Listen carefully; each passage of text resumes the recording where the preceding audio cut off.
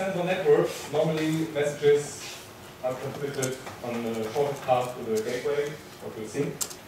But sometimes some problems may happen and then the message may get delayed. So the latency at the gateway seems to be higher. And localizing such performance problems, so higher latency in space and time, is often difficult and resource intensive because at the sink you cannot see where it happened, so why is it late? And we want to give an incremental approach to fault localization. The high level here is as follows: we have a user there, and he can post a sequence of diagnostic queries. And the sequence has a discrete, he can give it decreasing scope and an increasing level of detail. So in the beginning, he could query the whole network and then get from each of the nodes a low level of detail, for example, the maximum latency only from each node. In the second step, he could then query a subset of nodes. For example, he sees that the first 3 nodes are somehow a problem and can query them for a medium level of detail. For example, the 3 latest latencies over, for example, 200 milliseconds.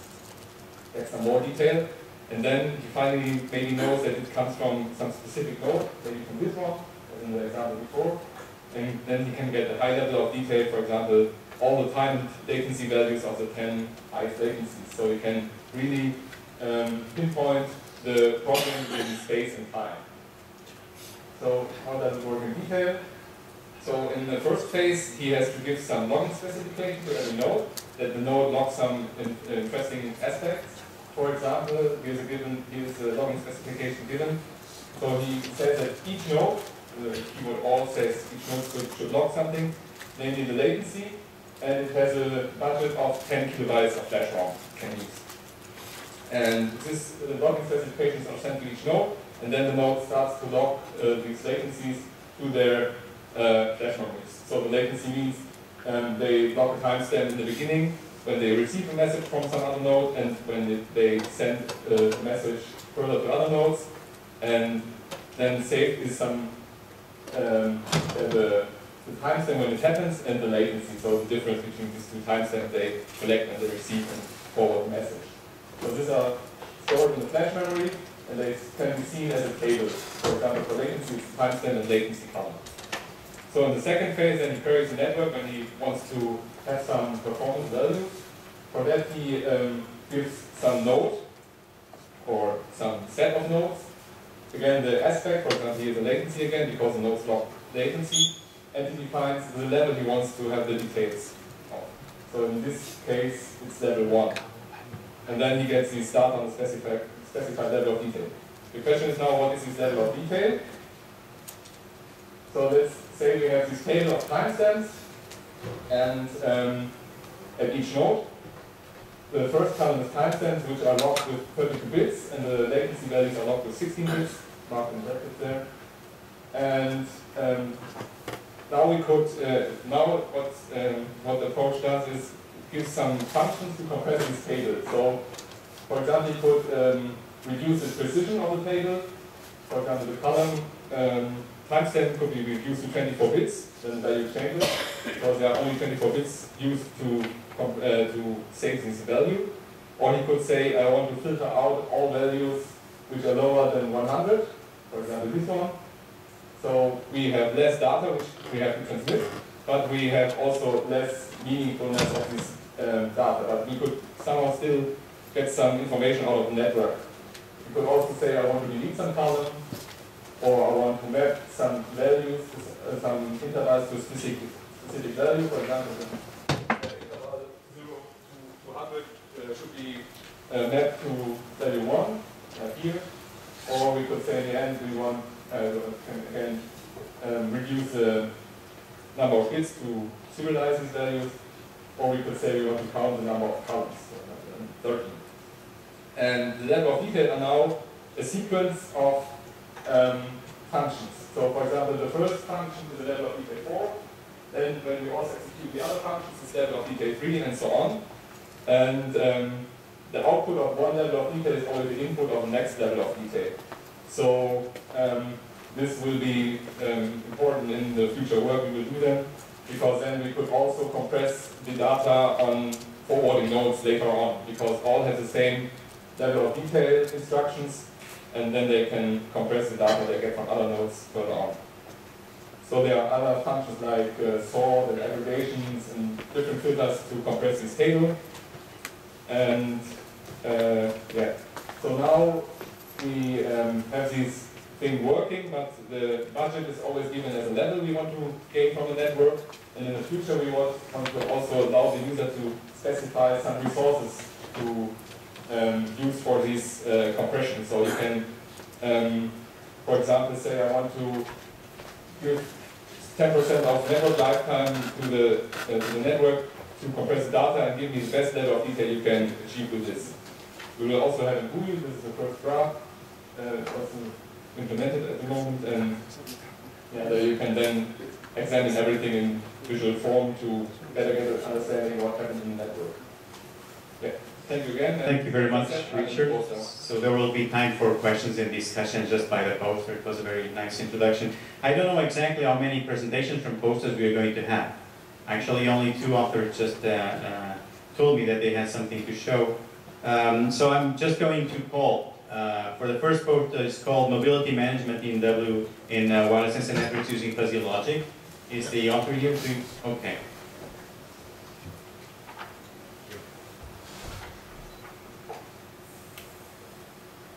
I wasn't planning to do a presentation, but to dazzle you with my beauty and voice.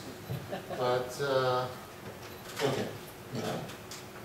This USB stick is not. Oh, I think I managed. Connect. Sure.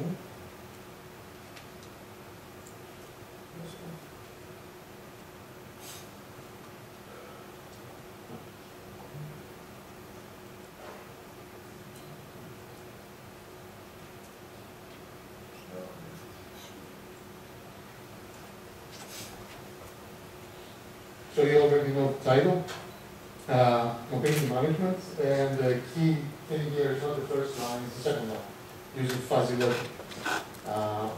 Why are we doing fuzzy logic? Because we have uncertainties in our environment which we cannot account for using some set thresholds.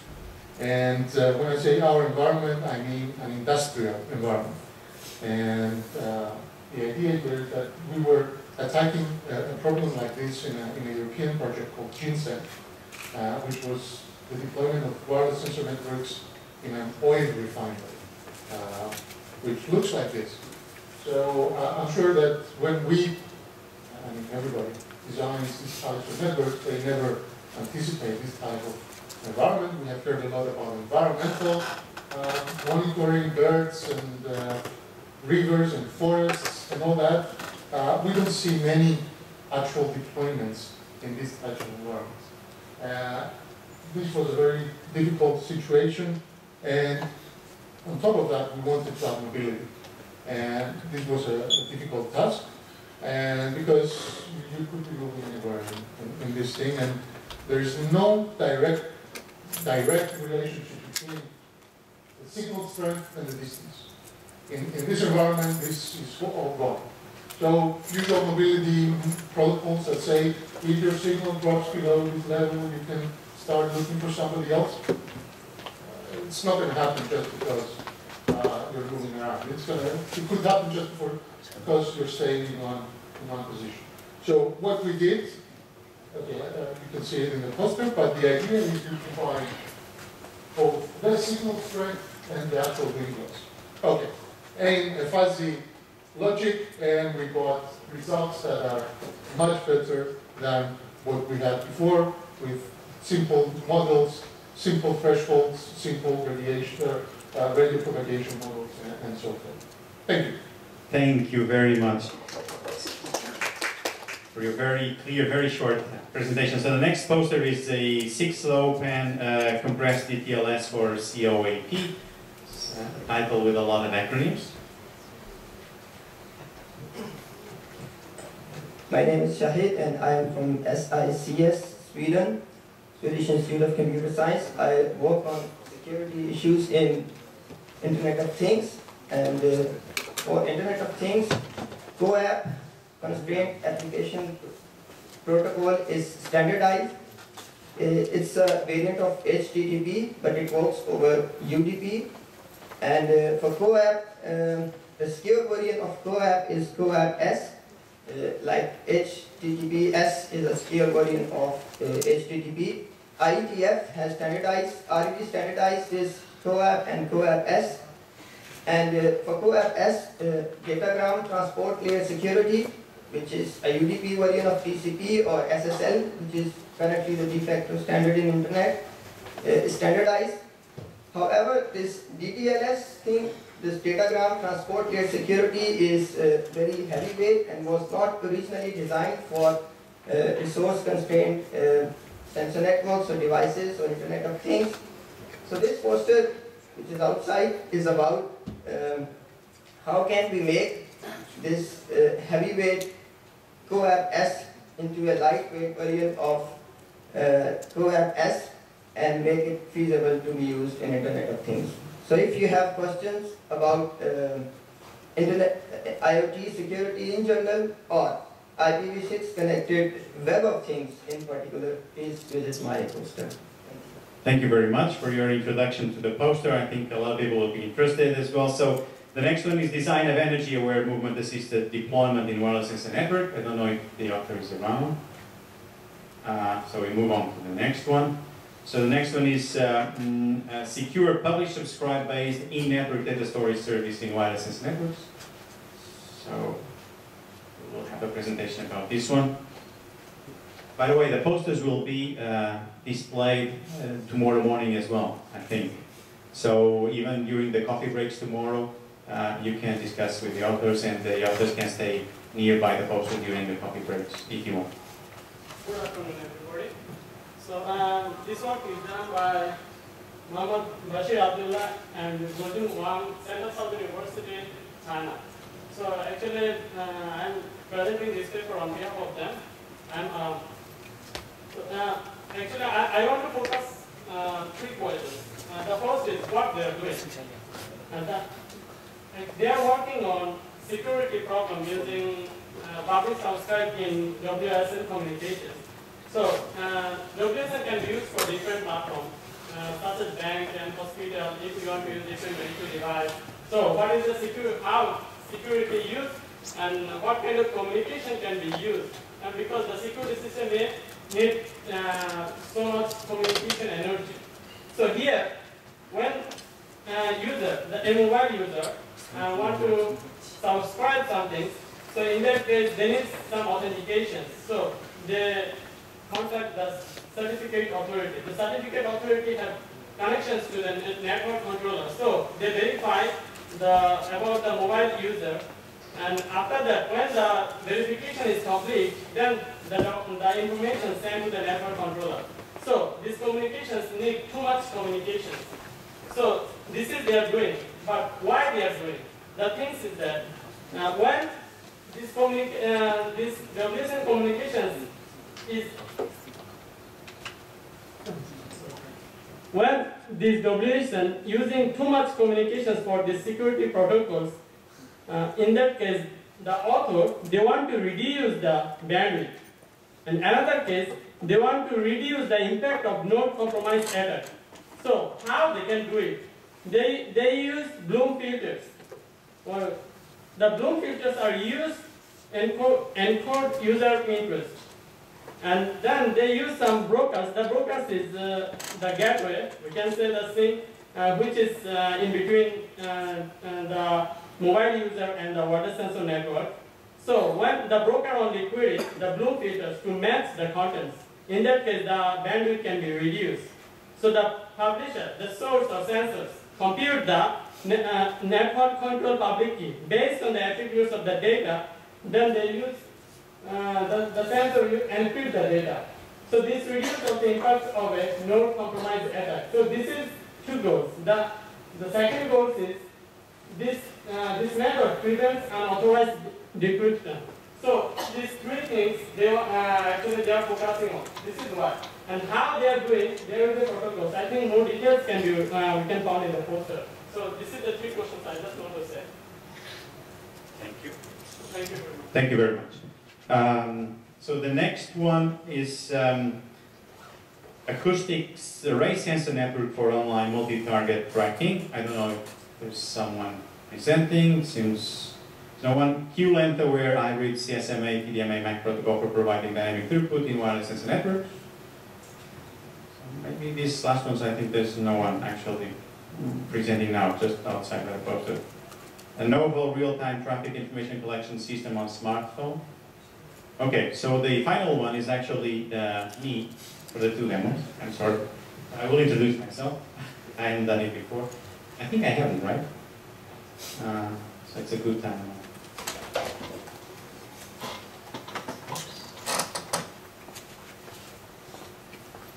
All right, this is just about the demos, and I'm not going to spend much time, just to give you a quick idea about the two demos that I have. So the first one, just to give you a very small introduction, I am probably the eldest person here, and so I'm working with old-fashioned technologies. So it's probably the only presentation here about wired communications. It's really old-fashioned, and it's still with wires, you know? We can still communicate with wires occasionally. But so this is Ethernet in particular, and we designed a specific Ethernet switch which has a special control of a quality of service virtual channels. So basically at the end in the output ports of the switch, we allow the definition and the reconfiguration dynamically of hierarchical channels that have quality of service control.